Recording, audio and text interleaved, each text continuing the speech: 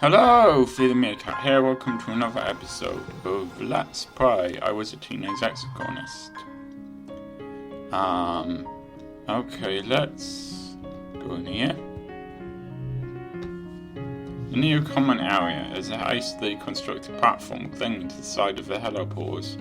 Crews are hard at work incorporating the digital into the natural landscape, creating a charming open-air place for gathering, eating and relaxing. Just outside, a clear construction happening on new living quarters for everyone from both ships. Probably harder to relax when you can hear construction work, but never mind. The old lounge is toast. What was left from the attack last glow was destroyed in the crash. The new lounge just isn't the same. You miss the beanbags and the walls covered with art you scored as kids. Someday this place will feel like the heart of a colony again. But why now? It just reminds me of how chaotic and horrible this past year has been. Plus there's a tree growing in it, which must be weird. No, I'm keeping that's a 3 and 4 card. I am definitely keeping those. You find Tangent in engineering and set down a bag of squelchy, goopy Hopeye eggs. Her eyes go wide. You found them, she says. Yes, and not without great cost. The exclaims, "That's wonderful. I was beginning to think you'd forgotten all about my request." No, the getting attacked by Hopeye slowed me down a tad. So he reaches for the eggs but stops. Wait, what does that sound? They are. You hear a wet cracking sound coming from the bag. You're about to witness the miracle of life for dominance now. What do you do? Analyze the process, of course. You pull out your hollow palm. I'm not sure. Oh, that's... yes, I suppose that's because animals is in the toughness thing. I'm not sure why animals is there with combat, toughness and perception, but never mind. You pull out your hollow palm and prepare to take notes. Why miss this opportunity? You and Tang watch and wonder as the gel-like shell of the largest Hopeye egg splits like a white melon in the sun, bringing out a tiny screaming pink baby in a small puddle of amniotic fluid. Yeah, sorry we stole you from your parents. You watch the last 2 eggs hatch intently, but through the clear light cells you can't see any movement at all. Not even a heartbeat. It's okay, Tang says. We only need one. The tiny Hopeye on its feet foot within minutes, taking cautious little hops on the sleek surface of the lab bench. Fascinating, Tennant says, keeping the palm-sized Hopeye from falling off the table. I expected them to be helpless at birth, like kittens or birds, not already moving around like an angulate. Incredible, I can't wait to study this. Yeah, I'm not gonna keep it. Screw it. It's yours. I am donating it to science. It gets no choice in the matter. Perfect, Tang says. Let me get a specimen container for it. So this isn't going to be a free-range Hopeye then. She leaves you with a tiny, clumsy thing which chirps and blinks up at you unevenly with its 4 eyes. Well, whatever Tangs and Dr. Instance are going to do with it, it's probably for the greater good of the colony. Yeah, I mean, you can have them as pets, and the creatures will follow you around the colony. It can happen. That's increased our friendship with these. But, before we go out again, unfortunately going out again is a clever move, so I'm going to have to do that quite often.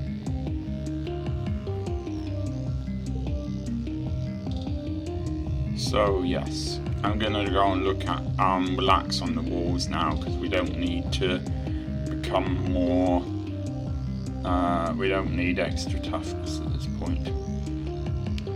Using our interrupt to tighten up in the walls, catch up on some schoolwork. Attending classes isn't mandatory after a certain age, but if you want to be able to get into one of the more specialised career paths, you're expected to at least do some independent study, even if you're not attending class. Oh, I was hoping we'd see these here. Never mind. Oh, well, we do get a friendship increase with him, so that's good. Yeah, I'm afraid we're going to have to go out again. Let's go out to the Valley of Vertigo. Now this new area has been unlocked. Hey, Dees. I'm not sure what stuff interests you. Everything dies these days, plucking at some dead grass and blowing it away into the wind. Plants, people, civilizations, even this planet's gonna die on a long enough timeline. He dusts off his hands and rests his chin on his knees. Why even bother fighting it? Why try to do anything at all? Okay, cheerful guy, aren't you? So yes.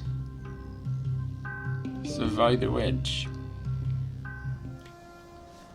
Let's see if we can find this source of civilization, if that's what it is. The only way to the westling ridges is by glider, part vehicle, part kite, and all adrenaline. You land on the rocky, broken up spine of the nearest ridge and nearly fall off when you look down the plummeting slope into the basin below. You were a long way up. Decent Utopia gliding beside you. Whoa, Utopia exclaims. You handled that glider like a champ, Dees. You too, Solana. He peers down over the slope of the ridge. A lot more exciting than the swamps, right? I want you two to stick together out there. It's dangerous in the exciting convergent domain ruins. Convergent domain ruins? You look around, the landscape is like you've never seen it before.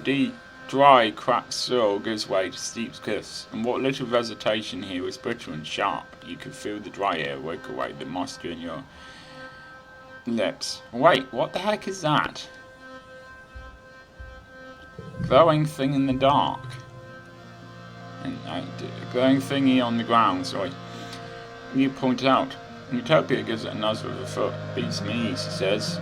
You unearth the object. It's pulsing with light and warm to touch. So there was clearly technology here at some point from alien civilization. Hold up, Utopia says. Don't just go picking things up, Solana. Could be radioactive, you know. Utopia waves her hollow palm crystal over it, then checks the interface. Only a little, she concludes. Whatever it is, it looks old, like thousands of years old. We've digging up glowing gadgets all over this region, but got no clue what they're for. You hang on to that one, maybe you'll figure it out. And what is that? Stone structures in the distance? Well, there are buildings here. Utopia says, traces of them anyway, maybe 10, 20,000 years old. We sure didn't put them there. These lights up at the prospect of alien archaeology. We checked them out, but not thoroughly, mostly just trying to get a feel for who lived there and why they aren't here no more. Based on some glyphs, we started calling them the convergent domain. See, your parents much earlier in the game didn't give you the chance to say, I'm going to be an explorer when I grow up. But this would actually be quite a cool thing to be. It's what I would have chosen for this particular playthrough at least.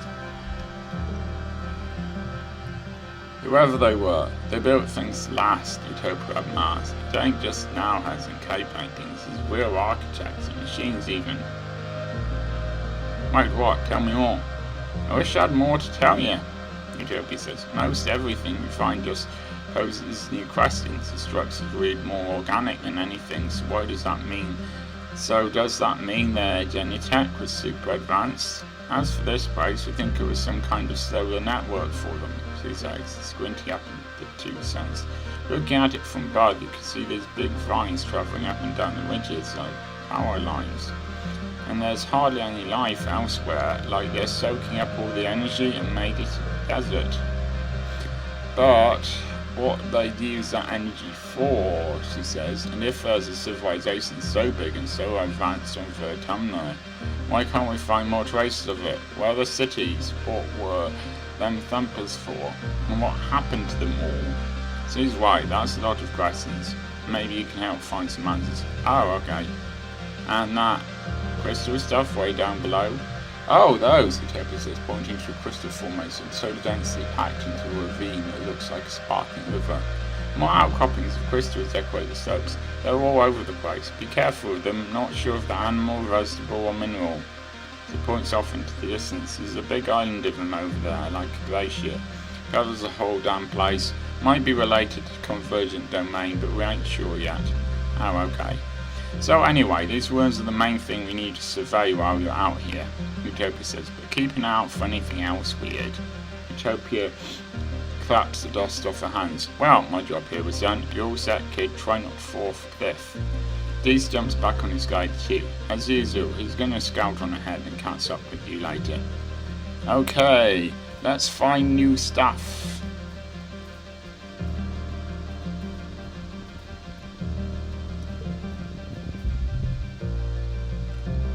You haven't been down into the deepest crevices of the ridge. It's where the crystals grow thick and they are stagnant and dead.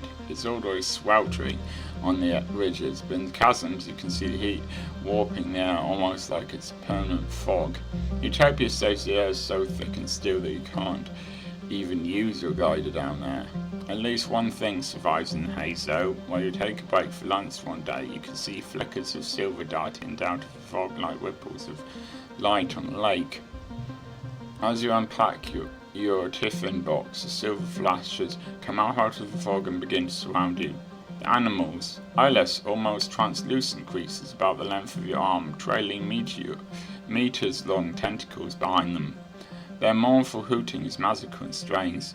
You look at the map on your holopad. Ah, Esquid babies. Wait, Esquid babies are... Look, there's no need for me to read that bit, is there?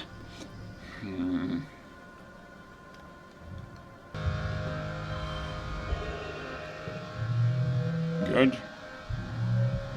I hope I'm getting the right sort of mixture, sometimes throwing these off and sometimes deciding, wow, this is quite a long section of me just moving cards around. It's not that interesting. You duck behind some roots and keep perfectly still as the creepy creatures float around and past you. They don't seem to be hunting for food. They must be on their way somewhere. Squid adults are solitary predators, but these juveniles form large groups and move together fluidly like schools of fish. Once they're safe distance away, you take some notes on their social behaviour. The oddest thing is how many there were. Hundreds of the things, but mature air squids are very rare creatures, more often heard than seen. It must be a tough life for so few of them reach adulthood. Yeah, well, it looks like a pretty tough environment now to be on. Okay, we have multiple paths here. We go this way. The path ahead is blocked by a field of snaking vines and brambles. They're flowering, enormous happy blossoms swaying in the shimmering heat waves. You could push through them, but your horribad beeps a warning, a radiation warning. These flowers seem to be highly radioactive, far too radioactive for the mild shielding your suit provides. You might be able to pass through if you don't mind feeling the effects of radiation sickness until you can detox at a medbed. Well, if it doesn't kill you outright, radiation is unpredictable. I think we're just going to take a sample for now. You can snag a sample you can study later in geoponics. Let's not go there until we've found out if there's a reason for me to not go here. If I have to push through, I will. You're going thirsty. You feel for your backpack canteen, but it's missing. Somehow you lost it since you left this morning, and you're all out of drinking water. Dig. The suns are high and hot in the sky, making the ground waver with heat haze mirages. Your mouth feels dry, so dry, and your head is starting to ache. You're pretty far from the outpost. You could make it back, but that'd be for the expedition. You'd have to go home. Okay. I'm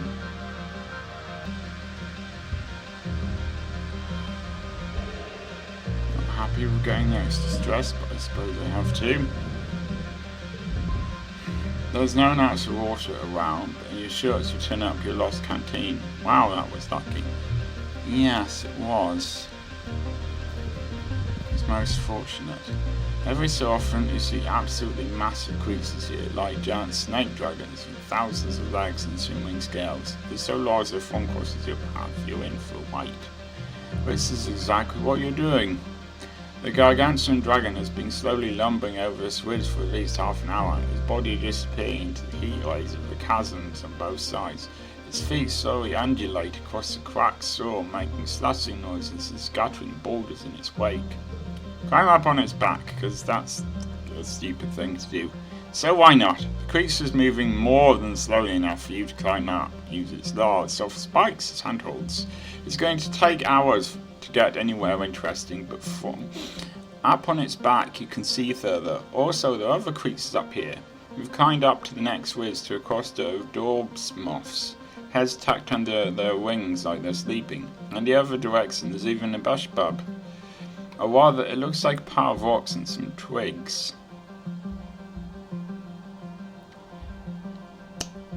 Let's wait and see where it's going. Centimetre by centimetre, the graph makes its way into the chasm. You feel the air grow thicker and less hospitable, until the sheer density of the heat and the drought make you feel genuinely concerned for your safety. You climb up on the creature's back, segment by segment, until you're back on the top of the ridge, then drop down on the other side. Phew, scary. Let's grab that.